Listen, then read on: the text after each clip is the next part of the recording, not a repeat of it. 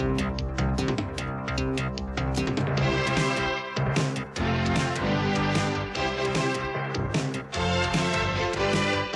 row erupts over merger plans for the UDR. The IRA launches a rocket attack on army helicopters. The UDR4 campaigners expect a government announcement next week.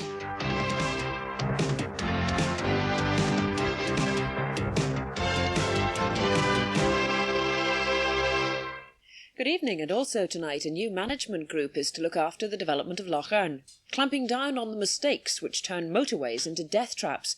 And in sport, Antrim hurlers are on the scent of an All-Ireland title again. First, the main news.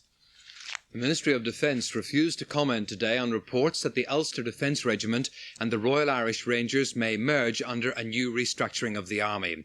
Loyalists have already reacted angrily to suggestions of an amalgamation, but the SDLP said the speculation showed that the government was now addressing what the SDLP called the problem of the UDR. Ironically, the speculation about the UDR's future comes just 3 weeks after what was hailed the biggest day in the regiment's 21-year history, the day the Queen presented colours to 3 UDR battalions in Lisburn. A report in a London newspaper this morning says the UDR would be merged into the Royal Irish Rangers under proposals to restructure the army. Defence Secretary Tom King is to announce on Tuesday details of a report outlining the restructuring. Mr King has already decided to reduce the army in size from 156,000 to 116,000. The Times report this morning says the Army Board, which will finalise the plans, meets on Monday, and the UDR Rangers merger will be on the agenda. Today, the Ministry of Defence in London declined to comment on the report, saying they didn't issue statements on speculation. An Army spokesman in Lisburn was similarly reticent, describing the report as speculation and rumour. No comment either from the government on suggestions that they want to reduce the part-time element inside the UDR and upgrade its image to a full-time professional force. It's been predicted too that the Royal Irish Rangers may lose their 2nd Battalion in the cutbacks. Significantly today, no one has rushed to deny the story on or off the record, indicating that the report in the Times could have been based on a well-placed leak, designed to gauge public opinion in advance of any merger announcement. But such a testing of the waters, if that's what it is, would certainly be a waste of time as far as loyalist politicians are concerned. It wouldn't have taken a political analyst to predict that their reaction to any tampering with the status of the UDR would have been hostile. The people in Northern Ireland would not tolerate such an amalgamation, because they would recognise that both these very fine regiments have a role for the future militarily for the United Kingdom, and that they both perform different functions within the military establishment. And they all know that it has nothing to do with the military future of the United Kingdom that such an amalgamation would be proposed. It has nothing to do with defence spending cuts. It has everything to do with the Anglo-Irish Agreement. It has everything to do with Dublin's demand that the UDR be disbanded. And certainly we should not be submitting ourselves to that. One has got to consider the role of the Ulster Defence Regiment, and that is to deal with terrorist activity and subversion in Northern Ireland. Anything that would detract from that would give me considerable worry. I will be, along with my party leader, seeking a meeting with the Secretary of State for Defence in order to try to work out exactly what is intended. Is it possible to combine 2 regiments with totally different roles? It will be difficult. It is possible. It's possible if it's done honestly, but if it's done as a sleight of hand, a means whereby, for example, the part-time element in the Ulster Defence Regiment can be done away with, then of course there will be great objections by the vast majority of people in Northern Ireland.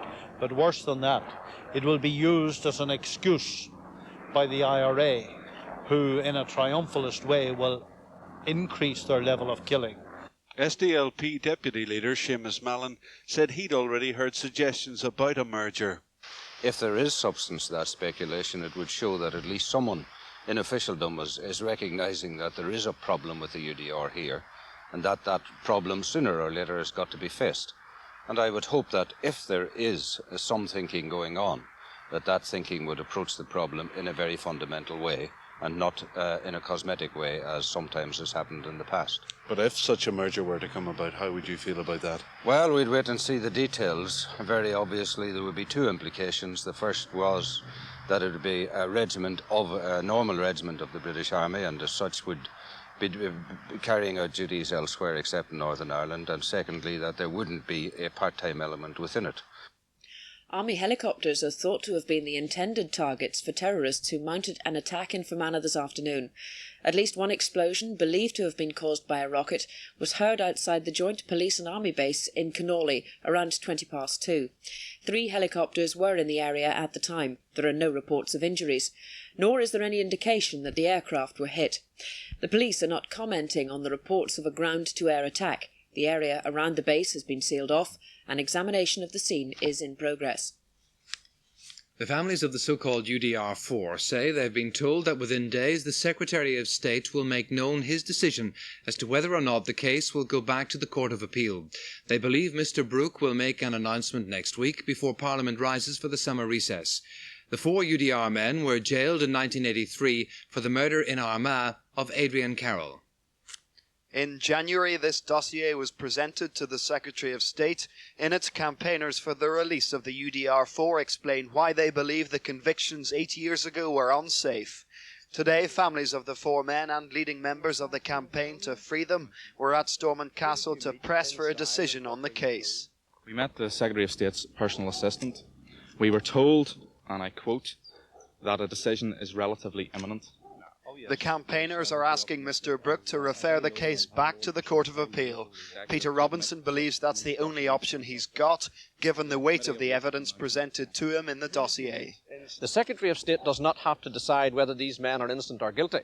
That is not what he's being asked to do. It's a much lower level decision than that. He is only to decide whether it should go back to the Court of Appeal and whether they then should decide whether there should be a retrial. There is sufficient evidence for him to make that decision without any difficulty at all. I believe the decision that the court should be taking thereafter is one to declare that there has been a miscarriage of justice. But as far as the Secretary of State's decision is concerned, I believe he has only one decision that he can take. The families say they're tired of waiting for that decision. They want Mr Brooke's answer soon. I know it's been hard for Neil. He has lost 8 years of his life that he'll never regain. And his girlfriend has stood by him, which is a good thing. I have found it hard. I have aged greatly, and so has his father. I don't know. I'm just hopeful that he gets out. We have to be optimistic. We feel that the contents of the dossier which Mr Brooke received are such that he can't refuse to give us a referral back to the Court of Appeal. The campaigners are confident that Peter Brooke will opt for a retrial. However, they say they've uncovered substantial new evidence that they'll bring to light if his decision goes against them. The 35-year-old man who died in hospital after an incident in the Willowfield area of East Belfast has been named. He was Richard Barry, a road sweeper who lived in Dublin Street off the Ravenhill Road. Police are questioning 2 people about the incident, which is not thought to be terrorist-related. Mr Barry was admitted to hospital with a chest wound around midnight. I want to thank you all for the overwhelming support on the Troubled Lamb.